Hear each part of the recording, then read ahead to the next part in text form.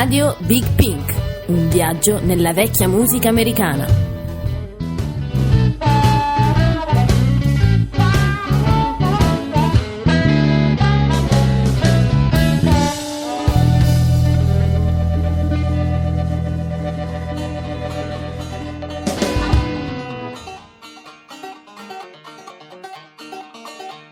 I went out one morning for to take a little walk, and I came upon that Wild Bill Jones. Talking and walking by my true lover's side, and I begged him for to leave her alone. He said, young man, I'm a past 21, too old for you to control. When he pulled out his knife, then I reached for my gun and destroyed that poor boy's soul.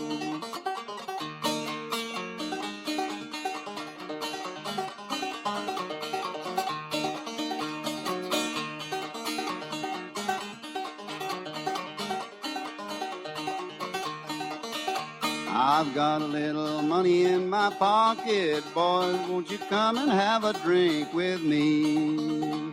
Today was the last of the Wild Bill Jones, will tomorrow be the last of me?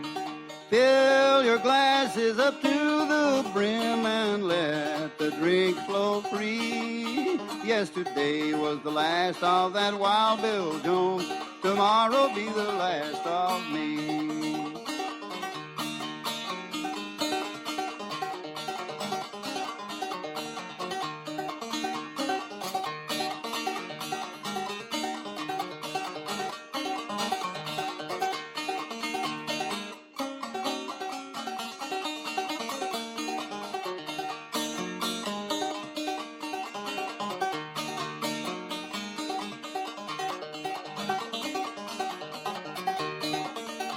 I got out of jail without any bail, for the judge said I was a free man.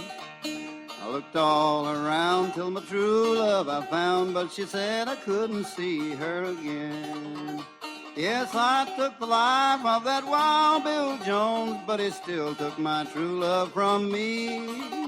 I've been overtaken by a worried mind, will this trouble never set me free?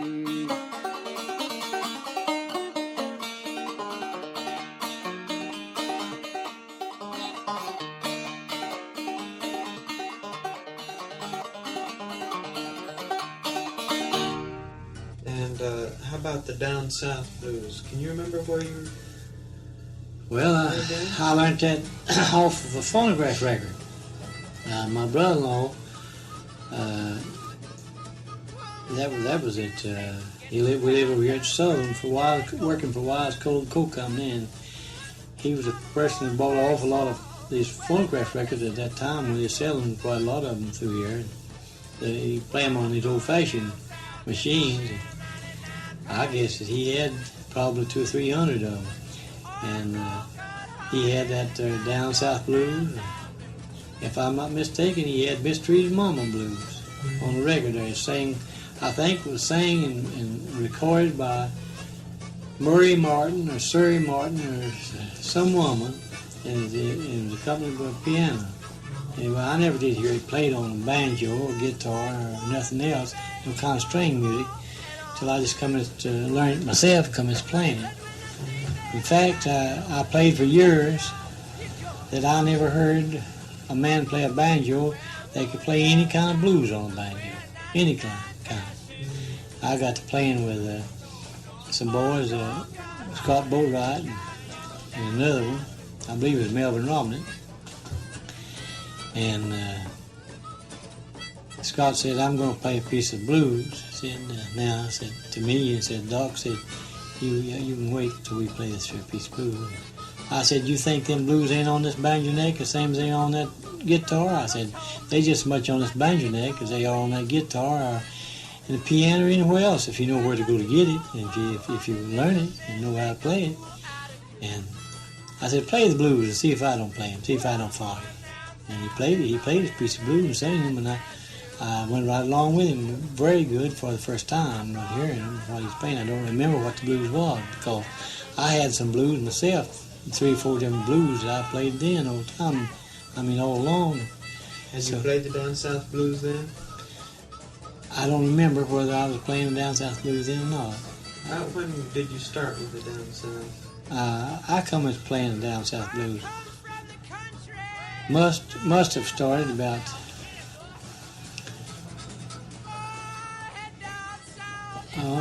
must have been 40 years ago, maybe about 40 years ago again. About 1923. Yeah, something along. I have an eye. That's about. No, I must have started before that because I know I took my banjo and I went to Hemp Hill. That's for the Elkhorn Coal Corporation, and stayed over there a little while. I had my banjo over there, and I played the down south blues then, and John Henry and Poor Ellen Smith and John Hardy and different pieces like that, and Pretty Polly. And then people would gather up out there. We'd get out from a boarding house and sit down on a big tree, and I'd have great big bunches of men gather up to hear me play. I was working in the mines loading coal, but I had my banjo over there with me, and I played a lot of different pieces at that time.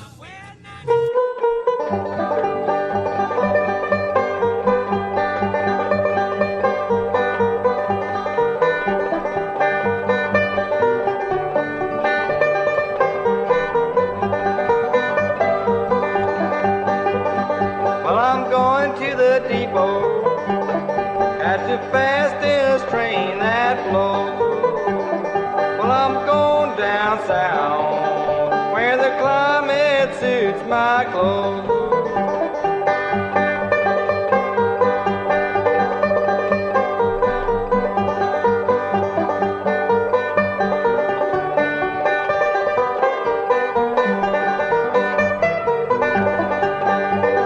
Well, love it like water. And on. When you think you've got them, they are turned off and gone.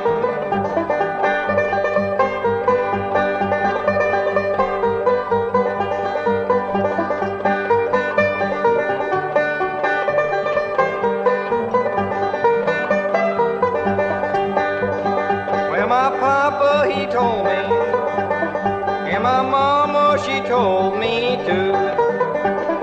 Just you stay home, sonny, don't let the women make a fool out of you.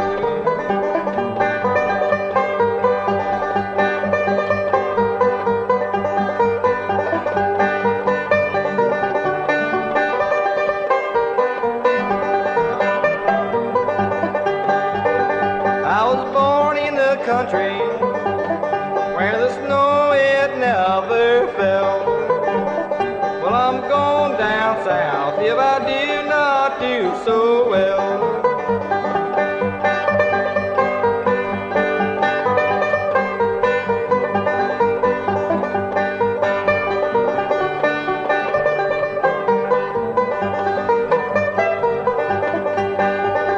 Well, I'm going down south if I wear a 99 pair of shoes. 'Cause I'm broken hearted, I got those down south blues.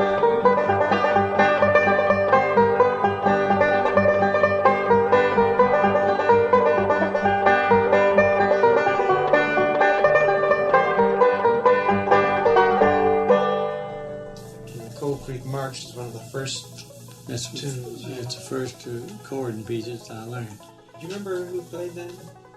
No, I don't. Well, I didn't learn it off the phonograph record. I learned it. I don't know who. See him recording, and I know the tune he had then. And I just kept on fooling with it.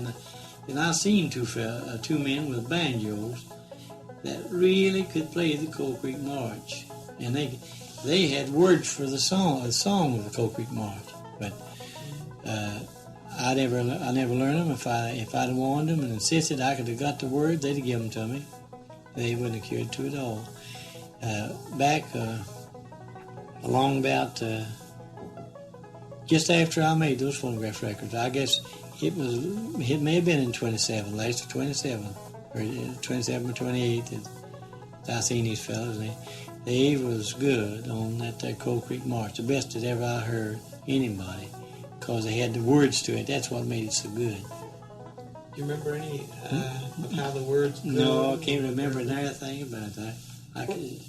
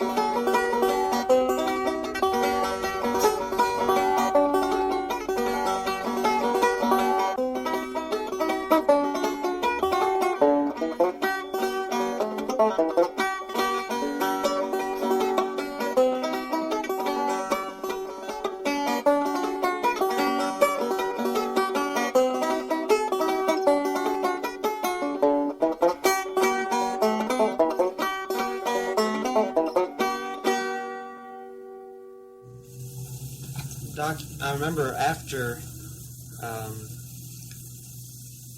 you played the Cold Creek March for me down in Asheville, it was then that you learned some more about it?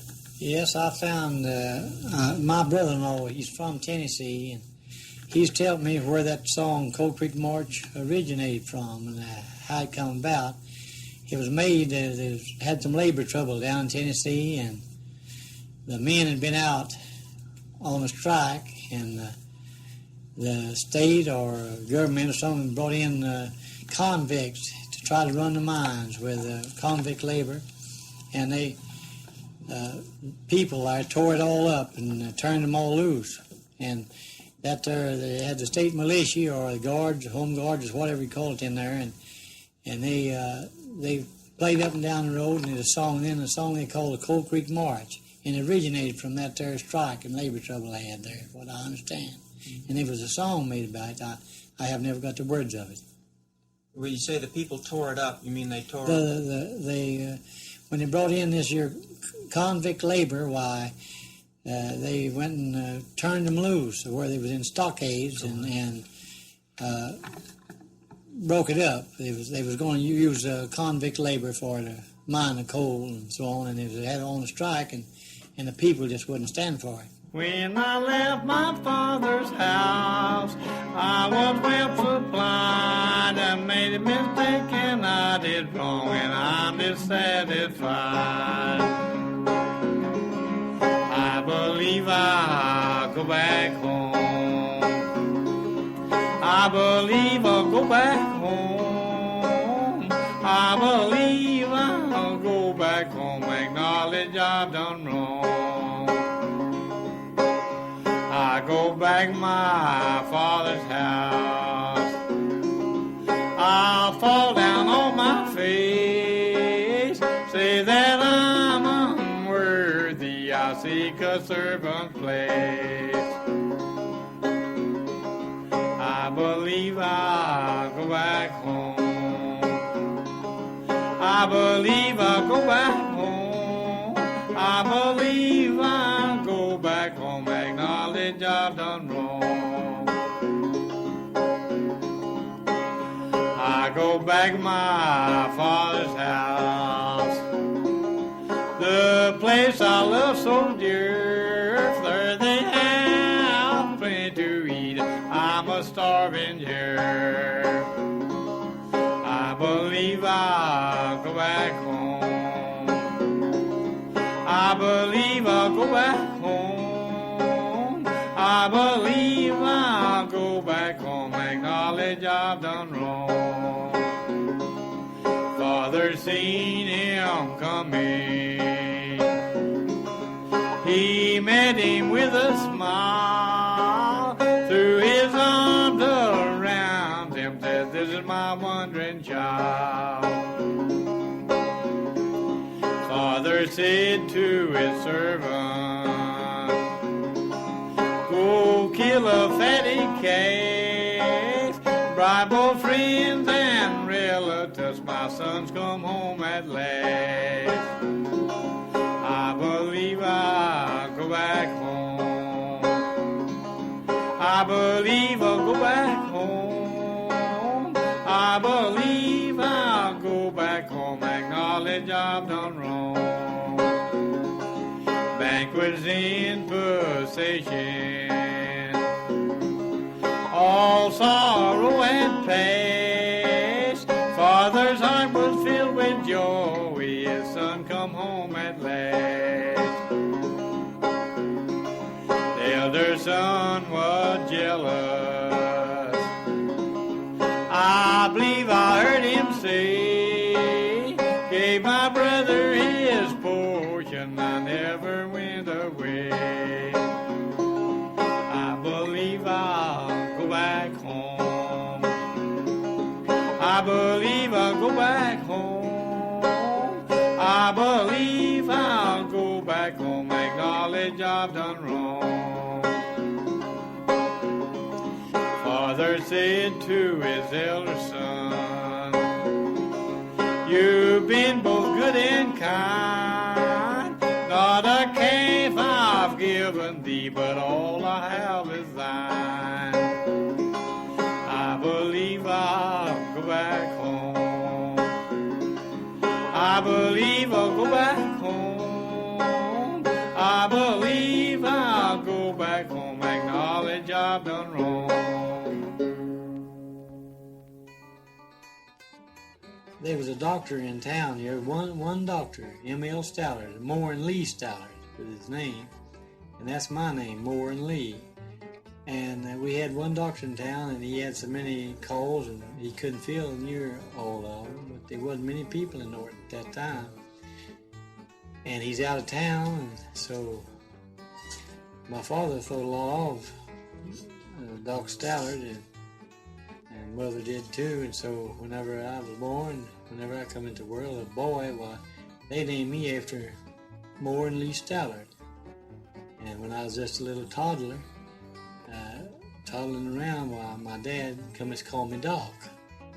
And all of my brothers and sisters and everybody called me Doc, and even people, my acquaintances, and I didn't, when I going to school, I didn't want anyone to even mention the name Moore and Lee, M-O-R-A-N-L-E-E.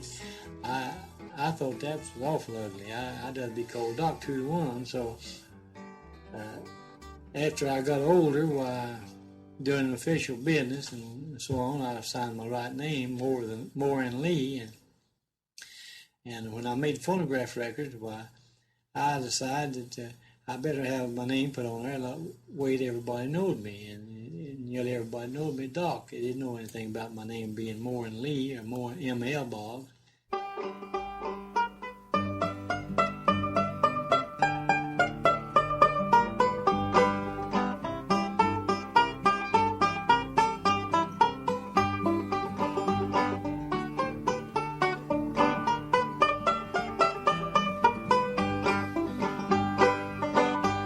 You called me trouble woman, and you called me to kill a man. Called me trouble, and you called me to kill a man.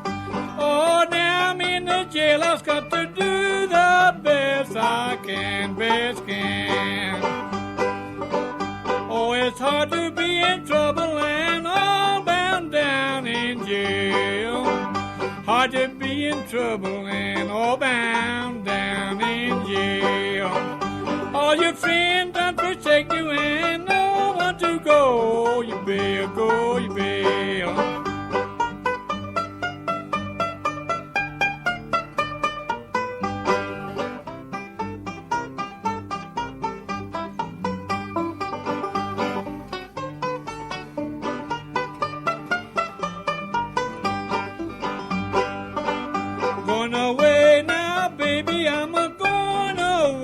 for a spell. Going away now, woman, and I'm going away for a spell. But to leave my wife and babies, I'd rather be in hell.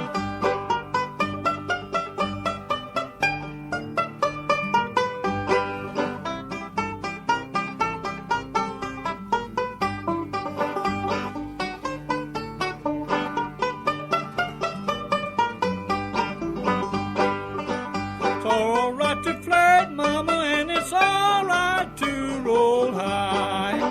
It's all right to flirt and it's all right to roll high. But you feel that you're safe and your man ain't standing by, stand by.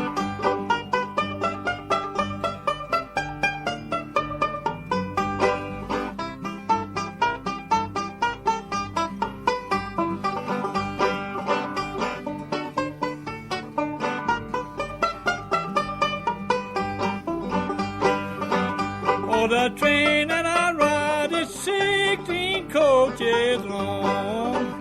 Train I ride is 16 coaches long. Don't stop at any station for to take any passengers on, passengers on.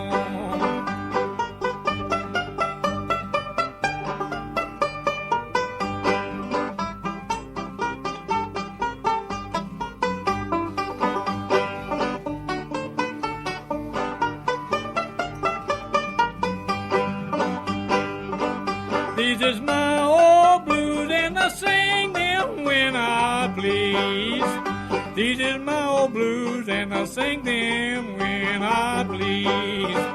Oh, the blues ain't nothing, baby, but a heart disease, a heart disease.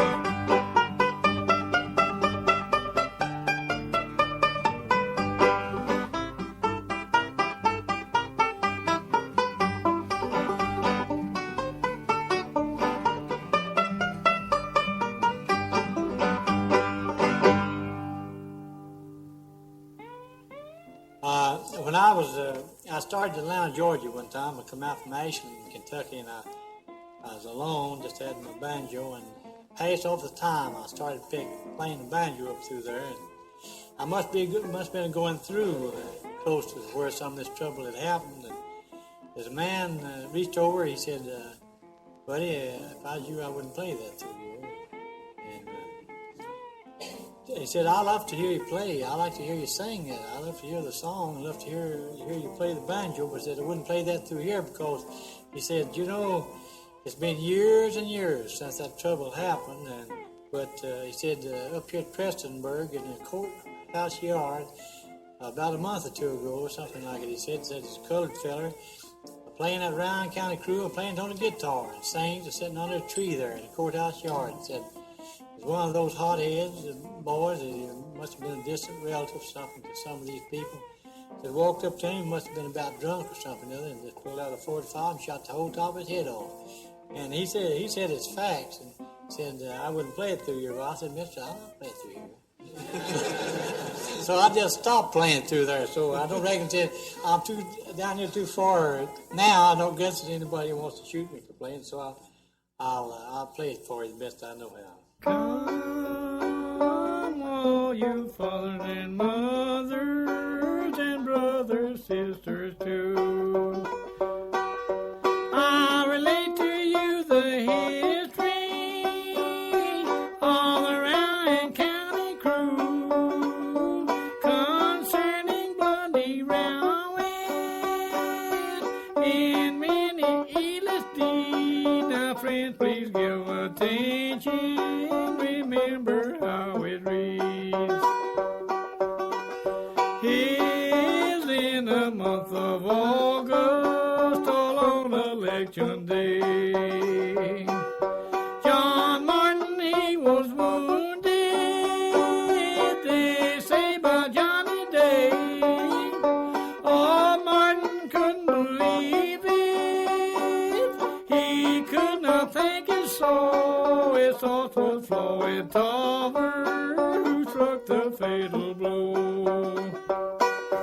Oh, Martin, he recovered. 2 months had come come and pass.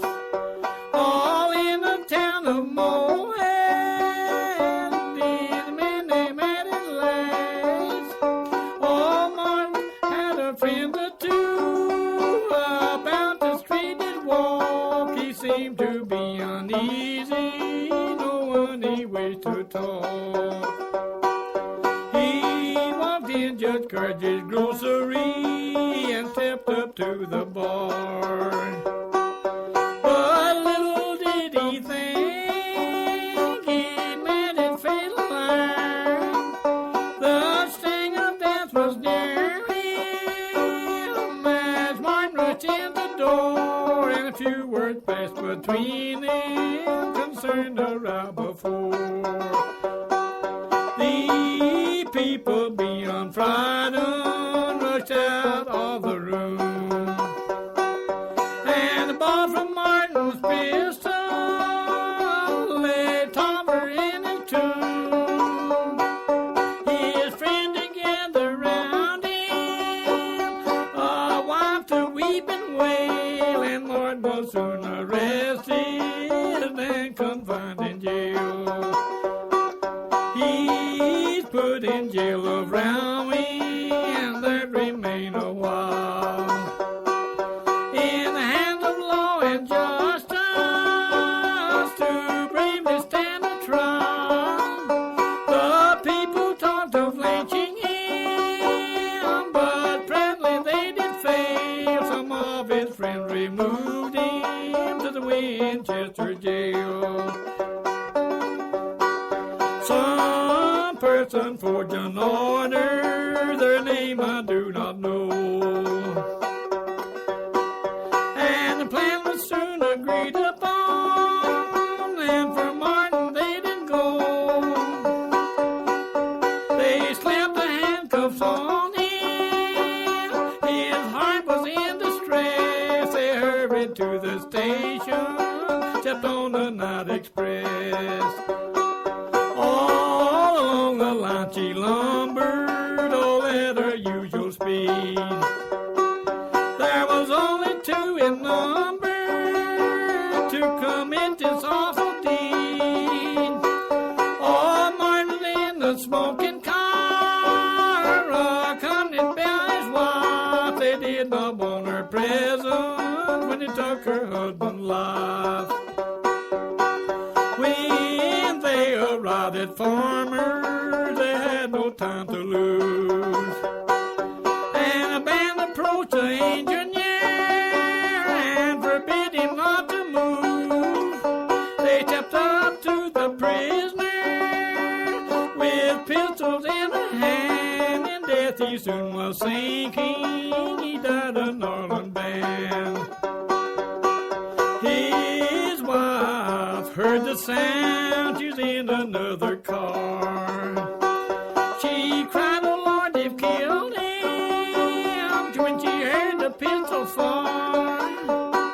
The death of these two men caused trouble in the land, caused men to leave their families and take the parting hand. Our relations are still at war, may never, never cease. Oh, if I could see our loved ones once more in peace. They shot and killed a deputy sheriff, Baumgartner was his name. They shot him from the bushes after taking the liberty aim. The death of him was dreadful, may never be forgot. His body was pierced and torn by 33 buckshot. They shot and killed Saul Bradley, a sober and innocent man. They left his wife and children to do the best they can. They wounded young Ed Sizemore, although his life did save. He seemed to dodge a grog shot that stood so near his grave. Sit down by the side of your mother, my boy. You have only a